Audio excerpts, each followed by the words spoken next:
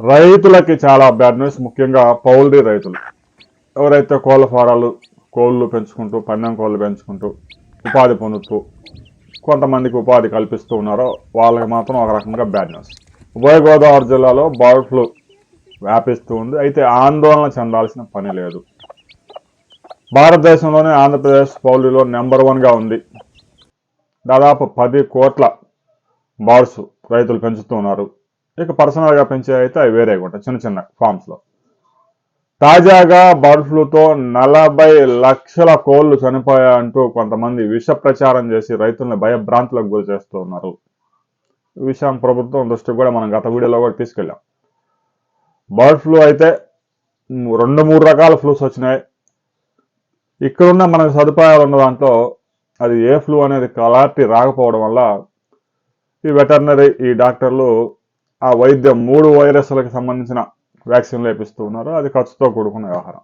అందువల్ల శాంపిల్స్ ఏవైతే బర్డ్స్ చనిపోయాయో ఆ శాంపిల్స్ మధ్యప్రదేశ్ పంపించారు.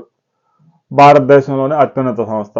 అది ఏ ఫ్లూ అనేది క్లారిటీ వచ్చేస్తే దానికి సంబంధించిన వ్యాక్సిన్ మాత్రమే మిగతా కోళ్ళకి ఇవ్వడానికి కుదురుతుంది. ఎందుకంటే లక్షలాది కోళ్ళు, ఒక్కొక్క రైతు 5 లక్షల కోళ్ళు, 2000 కోళ్ళ నుంచి 5 లక్షల కోళ్ళు పెంచే రైతులు కూడా ఉన్నారు.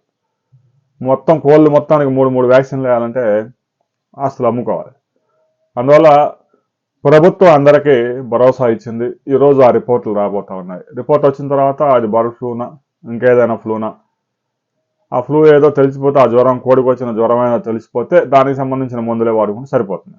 అయితే ఈలోగానే 40 లక్షల కోళ్ళు చనిపోయినాయి, 2 కోట్ల కోళ్ళు చనిపోయినాయి అంటూ ఆ రంగాన్ని తీవ్రంగా దెబ్బతీశారు. ఇప్పటికే చికెన్ ధరలు పడిపోయి ఆ చనిపోయిన కోళ్ళు అమ్ముతున్నారంటూ ప్రచారం చేయడంతో చికెన్ ధరలు కూడా నేల చూపులు చూస్తున్నాయి. అంటే ఆ ఇండస్ట్రీ మొత్తాన్ని దెబ్బతీసే కుట్ర జరుగుతూ ఉంది. రైతు సోదరులు కంగారు పడొద్దు. ఈరోజు రిపోర్ట్ వస్తుంది. రిపోర్ట్ వచ్చిన తర్వాత అది ఏ ఫ్లూతో ఆ బర్డ్స్ చనిపోయాయో తెలిస్తే ఆ ఫ్లూకి సంబంధించిన వ్యాక్సిన్ మాత్రమే వేసుకుంటే సరిపోతుంది. మీ ప్రాంతంలో బర్డ్ ఫ్లూ లక్షణాలు ఏమైనా ఉన్నాయా, కోళ్ళు ఏమైనా చనిపోయాయా అనే విషయాన్ని ప్రతి రైతు కామెంట్ చేయండి. ప్రస్తుతం భారతదేశంలో అయితే ఎక్కడా ఈ కలకలం లేదు, ఆంధ్రప్రదేశ్లోనే సృష్టించారు. రైతు సోదరులు కూడా జాగ్రత్తలు తీసుకోవాలి.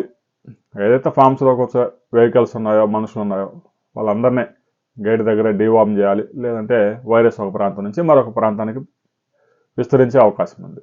మీ ప్రాంతంలో వైరస్ సోకిందా లేదా అనే విషయాన్ని కామెంట్ చేయండి.